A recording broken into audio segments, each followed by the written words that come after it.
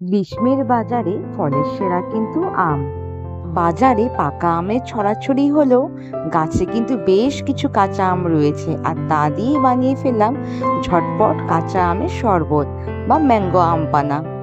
দেখতে ও খেতে কিন্তু বাজারে কেনা আম পানাকেই একদম সমান টেক্কা দেয়। নমস্কার বন্ধুরা, আমি পূজা। আমার চ্যানেলে নতুন একটি ভিডিওতে আপনাদের সবাইকে স্বাগত জানাই।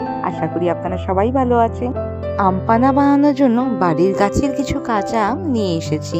এগুলি এবার ভালো করে জলে ধুয়ে নেব। আমগুলি ধোয়া হয়ে গেলে এভাবে সবগুলি গোটা ছাড়িয়ে নেব। এবার আমগুলি আমি একটি পাত্রের মধ্যে দিয়ে সেদ্ধ করতে বসিয়ে দেব। কিছুক্ষণ পরে এসে আমগুলিকে একটু উল্টে পাল্টে নেবেন। দেখবেন কালারটা আস্তে আস্তে চেঞ্জ হচ্ছে।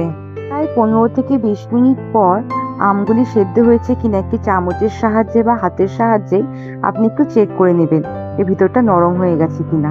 এবার একটি চামচের সাহায্যে আমি আমের খোসাগুলিকে ছাড়িয়ে নেব, আর এর ভেতর থেকে আস্তে আস্তে পাল্পগুলিকে সংগ্রহ করব। আমের চোচা ও আটি থেকে ভালো করে পাল্পগুলিকে কালেক্ট করতে থাকবো। এই দেখুন, আগের আমটি সবুজ হলো, এই আমটির ভেতরটা কিন্তু একটু হলুদ হয়ে এসেছে। যদিও এটা পাকেনি, খেতে কাঁচা টক, কিন্তু একটু হলদে হয়ে এসেছে। আমার 4টে আমের থেকে পাল্প কালেক্ট করা হয়ে গেছে। এই আমের কালারের জন্য রংটা এরকম হলুদ আর সবুজ এসেছে। এবার আমি একটি ফ্রাইং প্যানের মধ্যে কিছুটা জিরে শুকনো খোলায় ভেজে নেব। এগুলি হালকা ব্রাউন ও গন্ধ ছাড়লে বুঝবেন যে জিরেগুলি ভাজা হয়ে গেছে। আর এই ভাজা জিরেগুলোকে আমি এবার একটু গুঁড়ো করে নেব।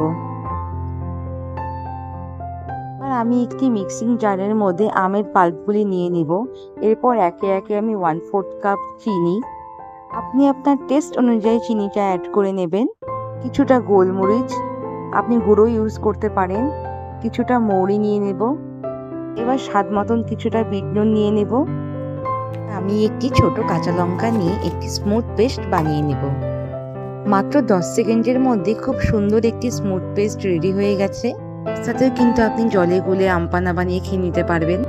এবার আমি একটি ফ্রাইং প্যানের মধ্যে সমস্ত পেস্টটি ঢেলে নেব। মিক্সি ধোয়া জলটি আমি এর মধ্যে দিয়ে দেব, আর গ্যাসের ফ্লেমটি একদম লোতে রেখে দেব। লো ফ্লেমে রেখে কিছুক্ষণ নাড়াচাড়া করতে থাকবো যতক্ষণ না পেস্টটি ট্রান্সপারেন্ট হয়ে যায়। যাতে বেশি দিন ফ্রিজে স্টোর করে রাখা যায়, তার জন্যই এই গ্যাসের মধ্যে কিছুক্ষণ রান্না করে নিতে হবে। এর থেকে জলীয় ভাবটা চলে গেলে গ্যাসের ফ্লেমটি অফ করে আগে থেকে শুকনো খোলায় ভেজে রাখা জিরে গুঁড়ো ও কিছুটা বিট নুন দিয়ে ভালো করে মিশিয়ে নেব। অবস্থায় আপনি চাইলে গ্রিন কালারের ফুড কালার ইউজ করতে পারেন। নামি নামি ব্র্যান্ডের যে আমপানাগুলি রয়েছে সব কিছুতেই কিন্তু এই ফুড কালারটি ইউজ করা হয়। কালার ইউজ না করেও কিন্তু খুব সুন্দর আমাদের কালার চলে এসেছে। এবার আমি এটি একটি কন্টেনারের মধ্যে স্টোর করে রেখে দেব। এখন তো খুব সুন্দর রংটি এসেছে না, একদম দোকানের মতন।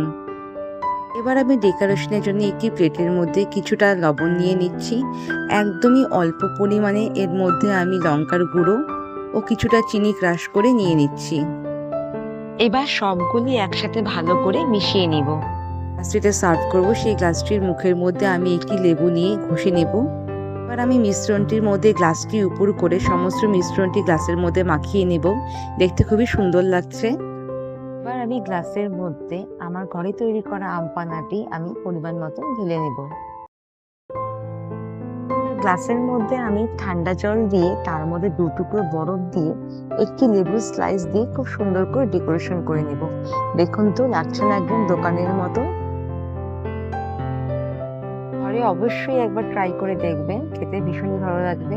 আর আমাকে অবশ্যই কমেন্ট করে জানাবেন কেমন হয়েছে।